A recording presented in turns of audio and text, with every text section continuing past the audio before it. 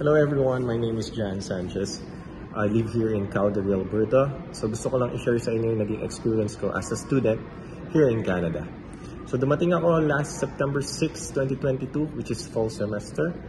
So para sa akin medyo challenging kasi hindi ako sanay ng mga fast-paced environment. Lalo dito sa SAIT, which is Southern Alberta Institute of Technology.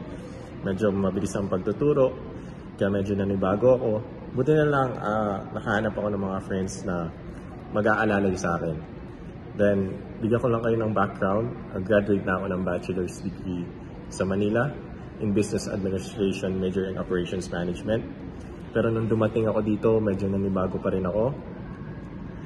Tapos, fast forward natin, ka-graduate ko lang nitong June 13, 2024 dito sa Southern Alberta Institute of Technology with the course of Business Administration, major in Management. Siyempre, hindi mangyayari ang lahat na to kundi kay Mami A sa Alma Armada Company. So sobrang thankful ako kasi I got 5 rejections already with different agency, but nung pumunta kami sa Alma Armada Company, hindi sila sumuko nung nalaman nila yung mga naging refuses ko.